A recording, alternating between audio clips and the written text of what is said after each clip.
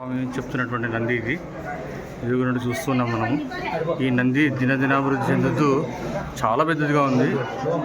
ఇదంతా స్తంభాల మధ్యలో ఉండేది. స్తంభాలు చాలా వెడల్పు చేశారు. ఇప్పుడు 4 స్తంభాలు, మేము ఇంతకుముందు 10 years బ్యాక్ చేసినప్పుడు 4 స్తంభాల మధ్యలో ఉండేది. ఇప్పుడు చాలా స్తంభాలు దాటి చూడండి సార్ ఎంత దూరం పెరిగిందంటే టెంపుల్ చాలా పెద్దగా పెరిగింది. స్తంభాలన్నీ దాటి బయటికి వచ్చింది. రియాలిటీ ఇది. వీరబ్రహ్మేంద్ర స్వామి ఇది రంకేస్తే ఒక్క నిమిషం కదా, వీరబ్రహ్మేంద్ర స్వామి లంకేస్తే ఇది కలియుగ అంతమవుతుందని అప్పుడు చెప్పారు. ఇది నిదర్శనం. ఎందుకంటే చూడండి, ఇది పాప ఇట్రమ్మా చూడండి, లాస్ట్ వరకు వచ్చేసింది. కాళ్ళు కూడా తగలడానికి వచ్చింది. ఇది యాక్చువల్గా ఇంతకుముందు చాలా చిన్నగా ఉండేది. 10 years బ్యాక్ చూసినప్పుడు చాలా పెద్దగా ఉంది. ఇప్పుడు నంది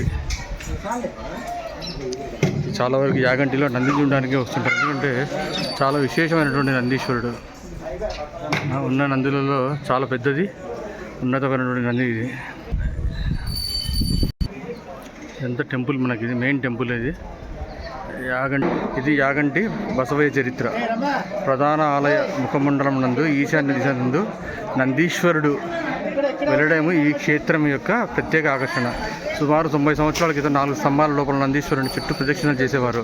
కానీ నేటి ప్రదక్షిణలు చేయడానికి ఏమాత్రం అవకాశం లేకుండా నందీశ్వరుడు పెరిగిపోయాడు. భారత పురావస్తు శాఖ లెక్కల ప్రకారం 20 సంవత్సరాల కాలంలో ఒక అంగుళం పరిమాణం పెరుగుతున్నట్లు అంచనా వేశారు.